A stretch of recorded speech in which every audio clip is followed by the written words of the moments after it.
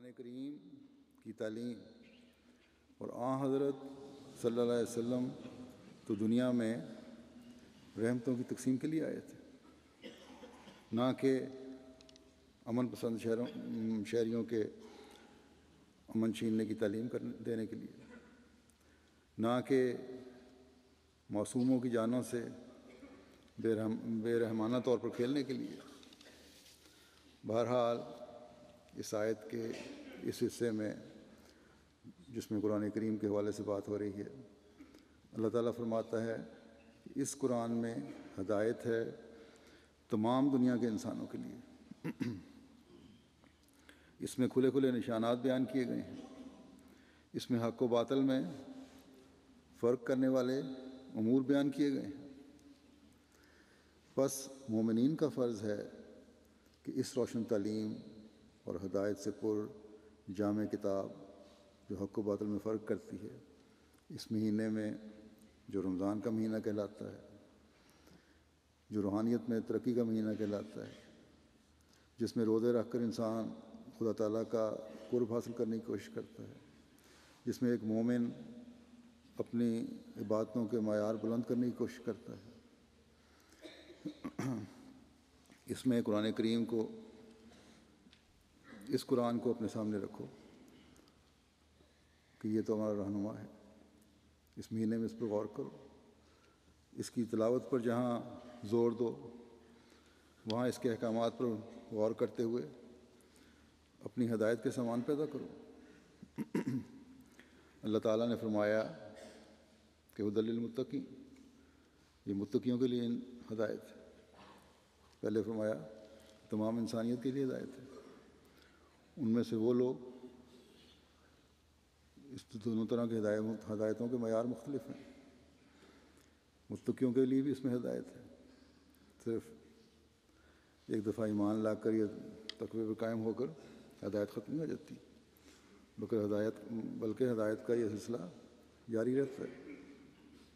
یعنی وہ لوگ جو متقی ہونے کا دعویٰ کرتے ہیں، جو اللہ تعالیٰ کے خوف اور اس کی خشیت پر، ہر قسم کے خوف، خشیت اور محبت پر، خدا تعالیٰ کے خوف اور اس کی خشیت پر ہر قسم کے خوف، خشیت اور محبت کو حاوی سمجھتے ہیں، اگر یہ دعویٰ سچا ہے ان دعویٰ کرنے والوں کا، تو پھر اس تعلیم کی تمام باریکیوں پر عمل کرنا بھی ضروری ہے۔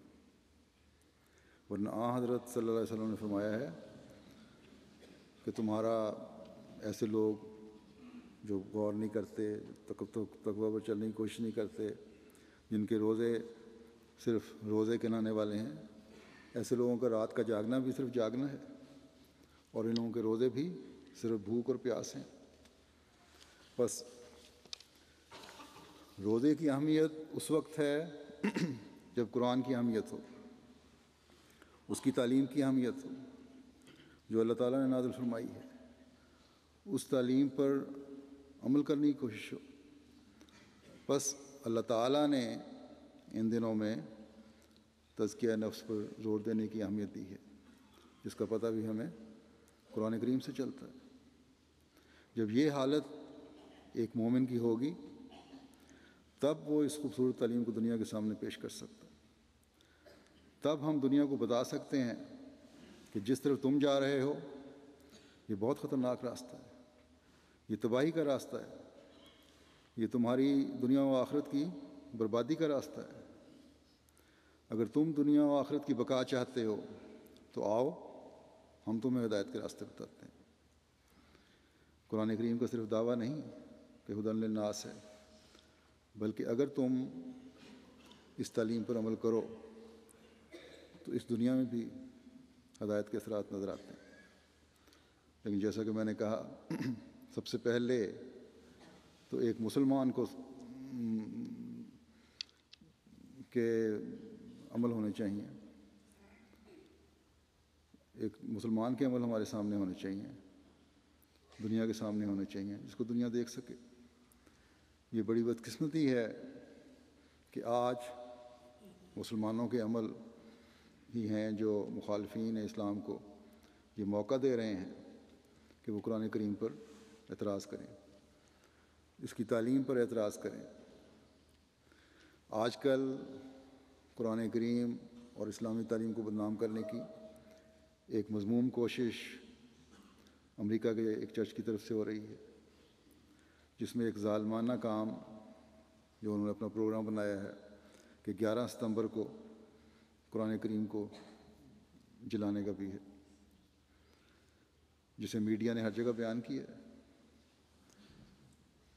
جو اعتراضات کیے ہیں اس چرچ نے 10 اعتراضات ہیں، انتہائی لغو اور بودھ اعتراضات، بلکہ اعتراض کرنے ہوں تو ہم بائبل پر بھی بہت سارے اعتراض کر سکتے ہیں، لیکن ہمارا یہ کام نہیں ہے کہ فساد پیدا کریں۔ ہاں، علمی بحث ہے اور اعتراض کا حق ہر ایک کو حاصل ہے، وہ علمی بحث ہم کرتے ہیں، لیکن یہ حق کسی مسلمان کا نہیں کہ ان باتوں کی وجہ سے کہ بائبل بعض باتیں کرتی ہے بلکہ توحید کی منکر ہے بعض جگہ، تو اس کو بائبل کو جلانا شروع کر دیں۔ قرآن کریم تو شروع سے آخر تک توحید کی تعلیم دیتا ہے اور یہی قائم کرنے آیا، اور تمام انبیاء اسی مقصد کے لیے آتے ہیں، اور سب سے بڑھ کر قرآن کریم ہی ہے جس نے تعلیم توحید کی دی ہے، اور یہ حقیقت ہے کہ توحید ہی ہے جس کے بغیر کسی مذہب کی بنیاد ہو ہی نہیں سکتی۔ اور اس زمانے میں جس جری اللہ کو اللہ تعالیٰ نے مبعوث فرمایا ہے، اس نے اس تعلیم کو اس عظمت سے ظاہر فرمایا کہ جو بندے کو خدا بنانے والے تھے انہوں نے یہ اعلان کر دیا کہ مرزا غلام احمد قادیانی علیہ السلام اور ان کے ماننے والوں سے مذہبی بحث نہ کرو۔ عیسائیت کی بنیاد ہی آج کل کی عیسائیت کی بنیاد تثلیث پر ہے، توحید سے تو اس کی بنیادیں ہل جاتی ہیں۔ حضرت مسیح موعود علیہ السلام نے تو بائبل سے ہی حضرت عیسیٰ علیہ السلام کے اپنے اقوال سے ثابت فرمایا کہ وہ خدا کے بیٹے نہیں تھے اور کوئی خدا کا بیٹا نہیں بن سکتا۔ اس چرچ کو جو قرآن کے خلاف مہم چلا رہا ہے، سب سے بڑا اعتراض ہی یہی ہے، پہلا اعتراض ہی انہوں نے یہ لکھا ہوا ہے کہ قرآن کریم حضرت عیسیٰ علیہ السلام کو خدا کا بیٹا نہیں مانتا، اور دوسری اسی اعتراض کو پھر آگے چلایا اور اس وجہ سے کہتا ہے کہ نجات انسان کے عمل سے ہے، نہ کہ کسی کے یا حضرت عیسیٰ علیہ السلام کے صلیب پر چڑھنے سے۔ ان عقل کے اندھوں کو یہ سمجھ نہیں آ رہی کہ اس بات پر حضرت عیسیٰ علیہ السلام خود بھی یقین کرتے تھے، لیکن ان کے نام پر ان کی تعلیم کو بعد میں بگاڑ دیا گیا اور اللہ تعالیٰ کے مقابل پر ایک عاجز انسان کو لا کے کھڑا کر دیا۔ بس جب انسان شکست خوردہ ہو جائے، اس کے پاس کوئی دلیل نہ ہو، تو اس کے بعد اس کے علاوہ کوئی چارہ نہیں ہوتا کہ شدت پسندی پر اتر آئے، اور یہی یہ چرچ جس کا نام do world out reach centre church ہے یہ کر رہا ہے۔ بائبل میں تو ایک جگہ کئی جگہ حضرت عیسیٰ علیہ السلام نے کہا ہے، اب ایک جگہ حضرت عیسیٰ علیہ السلام فرماتے ہیں مرکز میں، مارک جسے کہتے ہیں انگریزی میں، اس کا باب 12 آیت 29-30 ہے کہ اول یہ کہ اے اسرائیل اس پر خداوند ہمارا خدا ایک ہی خداوند ہے، اور تو خداوند سے اپنے سارے دل اور اپنی ساری جان اور اپنی ساری طاقت سے محبت رکھ۔ اس کے علاوہ اور بہت سی جگہوں پر مسیح کی الوہیت کی تردید بائبل میں موجود ہے، خود بائبل کرتی ہے۔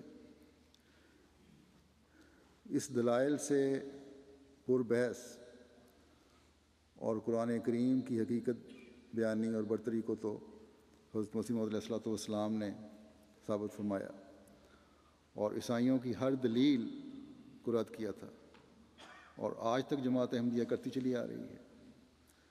قرآن کریم کی تو یہ خوبصورت تعلیم ہے کہ حق کی تبلیغ کرو، دنیا کو بتا دو کہ قد تبین الرشد من الغی، کہ یقیناً ہدایت اور گمراہی کا فرق ظاہر ہو چکا ہے، لیکن یہ فرق بیان کرنے اور منوانے کے لیے کسی جبر کی ضرورت نہیں ہے۔ جس کی مرضی ہے مانے، جس کی مرضی ہے نہ مانے۔ فرمایا اے نبی، تیرا کام صرف اس کلام کو، اس پیغام کو جو قرآن کریم کی صورت میں تجھ پر اترا ہے، لوگوں تک پہنچا دینا ہے۔ ہدایت دینا اللہ تعالیٰ کا کام ہے۔ بس اس خوبصورت تعلیم کو یہ مضموم کوشش کر کے جلانا چاہتے ہیں۔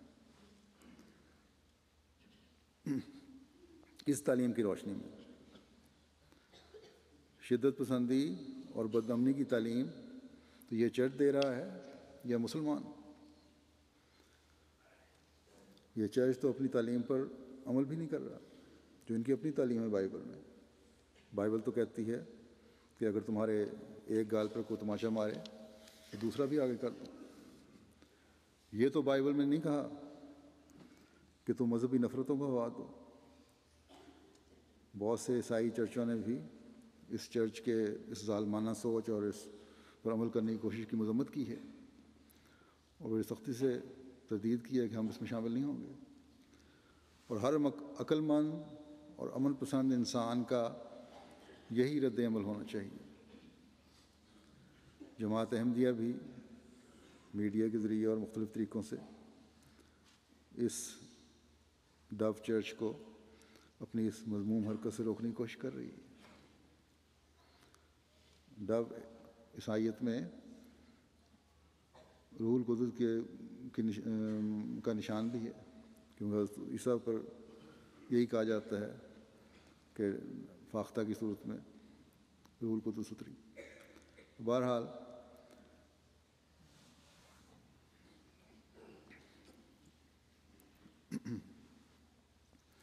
امریکہ کی جماعت کو بھی میں نے کہا تھا کہ ایک مہم کی صورت میں اس پر کام کریں، اور دنیا کی باقی جماعتوں کو بھی اسی طرح کرنا چاہیے کہ یہ جو طریقہ اپنا رہے ہیں یہ دنیا میں فساد پیدا کرنے کا طریقہ ہے۔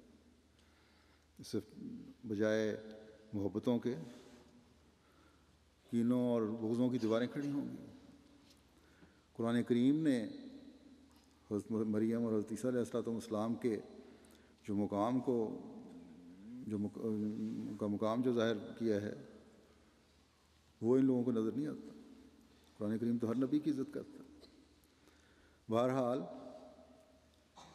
جیسا کہ میں نے کہا، ان کی یہ حرکت نفرتوں کی دیواریں کھڑی کرے گی۔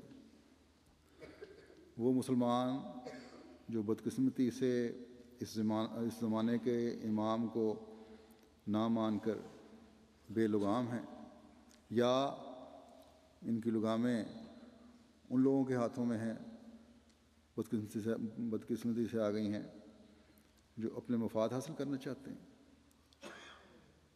ان مسلمانوں سے غلط رد عمل بھی ہو سکتا ہے۔ دنیا جیسے آج امن کی ضرورت ہے، محبت کی ضرورت ہے، بھائی چارے کی ضرورت ہے، جنگوں کی تباہی سے بچنے کی ضرورت ہے، خدا تعالیٰ کے پیار کو جذب کرنے کی ضرورت ہے تاکہ تباہ ہونے سے بچ سکیں۔ اس کے حصول کے لیے عیسائیوں کو بھی اپنے قبلے درست کرنے کی ضرورت ہے، اور مسلمانوں کو بھی صحیح رد عمل دکھانے کی ضرورت ہے۔ دلائل کی بحثیں کریں، علمی بحثیں کریں، لیکن ایک دوسرے کے مذہبی جذبات کا خیال رکھنا چاہیے۔